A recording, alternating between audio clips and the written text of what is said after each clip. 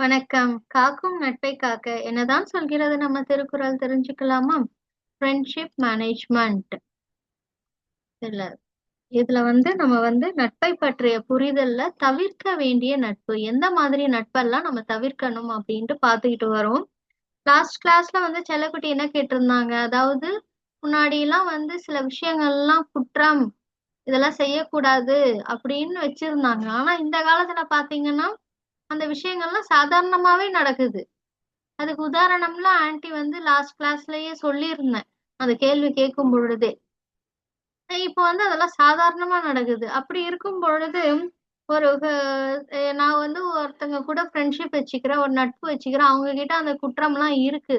அதுக்காக போயிட்டு இந்த காலத்துல அந்த ஃப்ரெண்ட்ஷிப்ப போயிட்டு நான் கைவிட முடியுமா? அப்படின்ட்டு ஒரு செல்லக்குட்டி கேட்டிருந்தாங்க. இதெல்லாம் சரியா இருக்குமான்னு கேட்டிருந்தாங்க.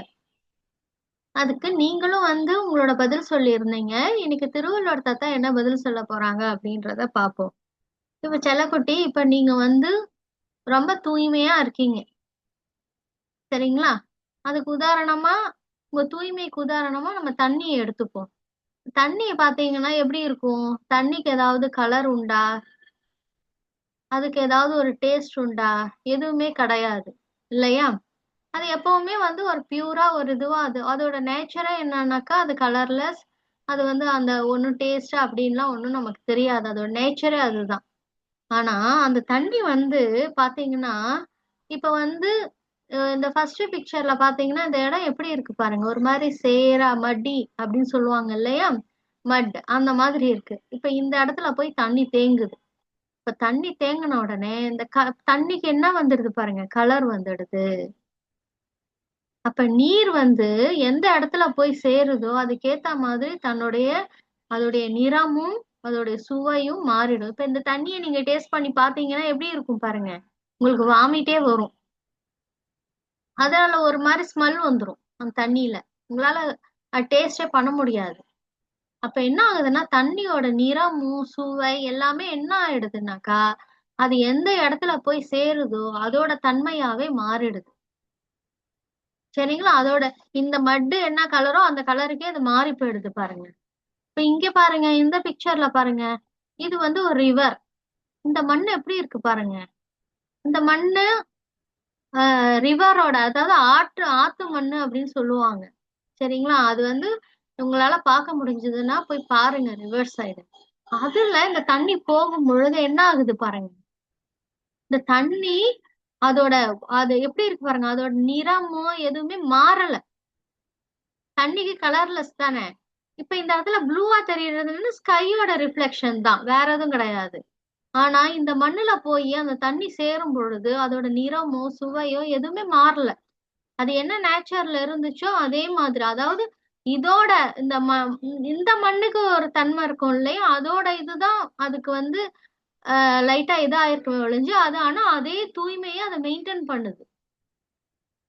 அப்ப இந்த இடம் அதுக்கு என்னத்த குடுக்குதுன்னா, அதோட நேச்சர், அதாவது அதோட தூய்மை மாறாம, அது அதோட டேஸ்டோ தூய்மையோ மாறாம அது என்ன ஆகுது, ஓடிட்டு இருக்கு இல்லையா?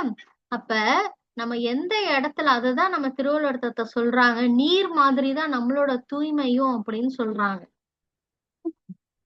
நீர் மாதிரிதான் நம்மளுடைய தூய்மையும்.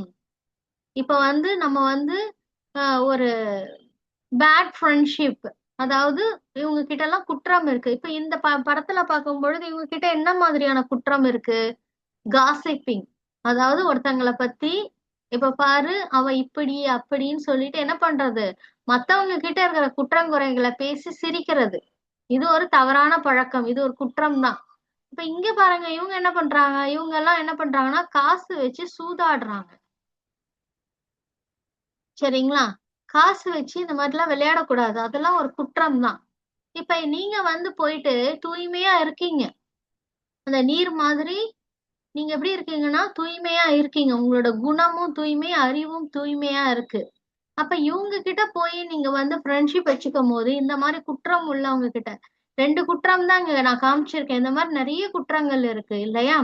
இப்ப இவங்க கூட போயிட்டு நீங்க ஃப்ரெண்ட்ஷிப் வச்சுக்கிறீங்க. காசிப்பிங், அவங்க அந்த மாதிரி குற்றம் இருக்கவங்க கூட போய் ஃப்ரெண்ட்ஷிப் வச்சுக்கிறீங்க. என்ன ஆகும் உங்களுக்கு? உங்களுடைய அறிவு, குணம் எல்லாம் கொஞ்சம் கொஞ்சமா இவங்களுடைய அறிவு குணத்துக்கு ஏத்த மாதிரி மாற ஆரம்பிச்சிரும்.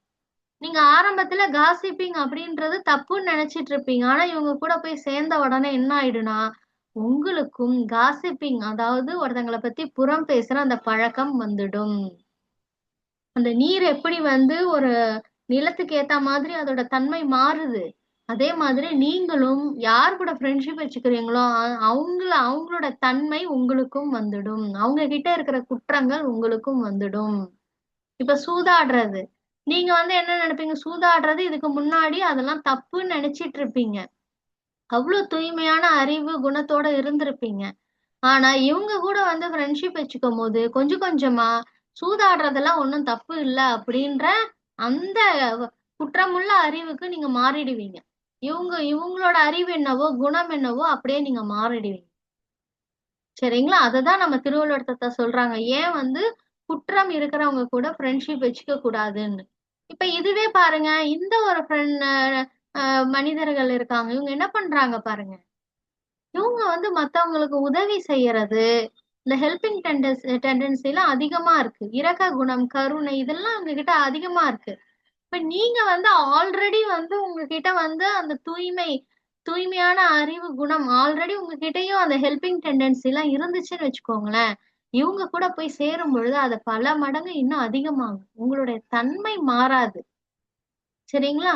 இன்னும் வந்து என்ன ஆகும்னா, இவங்க கூட சேரும் பொழுது இன்னும் வந்து தூய்மையாகும். சரிங்களா? அது தூய்மையிலேருந்து கொஞ்சம் கூட அது குறையாது. உங்களுடைய அந்த தூய்மையான அறிவோ, குணமோ எந்த விதத்திலயும் அது குற்றமுள்ளதா மாறாது. இன்னும் அந்த தூய்மை என்ன ஆகும்? இந்த மாதிரி இருக்கிறவங்க கூட ஃப்ரெண்ட்ஷிப் வச்சுக்கும்போது அதிகமாகும். அததான் நம்ம திருவள்ளுவர் தாத்தா சொல்லித் தராங்க. இந்த நீர உதாரணமா வச்சு. சரிங்களா? அதனால நீங்க என்ன பண்ணணும்னா, குற்றம் உள்ளவங்க கூட ஃப்ரெண்ட்ஷிப் வச்சுக்கிட்டீங்கன்னா, அந்த நீர் மாதிரி உங்களுடைய அறிவும், குணமும் திரிந்து போகும். மாறி போயிடும். அது சிற்றினம் சேராமை அப்படின்ற அதிகாரத்துல சிற்றினம்னா என்னது? சிறிய குணம், கீழ்மையான குணம், நல்ல குணம் உங்ககிட்ட இருக்காது. சரிங்களா? அதுதான் நம்ம இப்ப சொன்னோம் இல்லையா? காசிப்பிங், சூதாடுறது இதெல்லாம் சிறுமையான குணங்கள். இந்த மாதிரி இருக்கவங்க கூட சேரக்கூடாது. அததான் இந்த அதிகாரம் நமக்கு சொல்லி தருது. அது என்ன திருக்குறள் அப்படின்னா, நிலத்து இயல்பான் நீர் திரிந்து அற்று ஆகும். மாந்தர்க்கு இனத்து இயல்பது ஆகும் அறிவு. அதான் நிலத்து இயல்பான். அந்த நிலம் வந்து என்ன இயல்புடையதோ, என்ன தன்மையுடையதோ. இப்ப நம்ம பார்த்தோம் இல்லையா? மட் லேண்ட். அப்ப மட்லேண்ட் பார்த்தோம். அப்ப ரிவர்ல இருக்க அந்த சாண்ட் பார்த்தோம். 2 விதமான நிலம் பார்த்தோம்.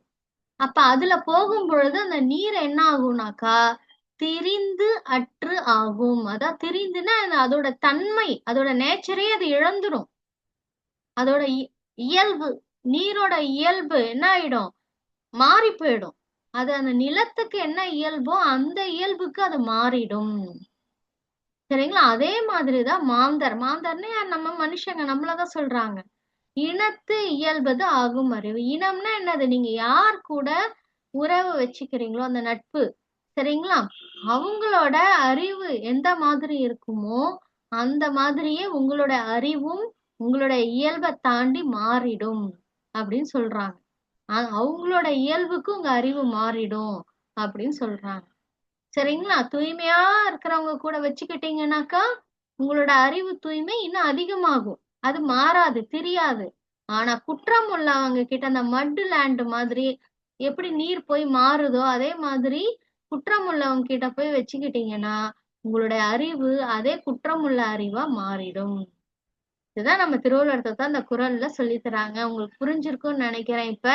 சரி, இன்னைக்கு செல்லக்குட்டி மறுபடியும் கேக்குறாங்க, திருவள்ளுவர் தாத்தா என்னோட அறிவுன்றது நான் சம்பந்தப்பட்ட விஷயம். அதாவது என்னோட கண்ட்ரோல்ல தான் அந்த என்னோட அறிவே இருக்கு. அப்படி இருக்கும் பொழுது நான் வந்து ஒரு குற்றமுள்ள ஒருத்தங்க கிட்ட போய் பழகுறேன்றதுக்காக அவங்களோட அறிவு மாதிரி என்னோட அறிவு மாறும் அப்படின்னு நீங்க சொல்றீங்க இல்லையா? அது வந்து என்னால ஏத்துக்க முடியல அப்படின்னு சொல்றாங்க. சரிங்களா? அது எப்படி வந்து என்னோட அறிவை அது மாத்தும் அப்படின்னு கேக்குறாங்க. கரெக்ட் தானே செல்லக்குட்டி? இப்ப என்னோட அறிவுன்றது, என்னோட நாலேஜ்ன்றது என்னோட கண்ட்ரோல்ல தானே இருக்கு. இப்ப மத்தவங்க கூட பழகும் பொழுது எப்படி என் கண்ட்ரோல்ல தாண்டி என்னோட அறிவு அவங்க அறிவா மாறும்? என்னோட தூய்மை, என்னோட அறிவோட தூய்மை எப்படி கெடும்? அவங்க கேக்குறது கரெக்ட் தானே? சரி, உங்களோட பதில் என்னன்றத சொல்லி அனுப்புங்களேன். இதுதான் இன்னைக்கான அசைன்மெண்ட். தேங்க்யூ.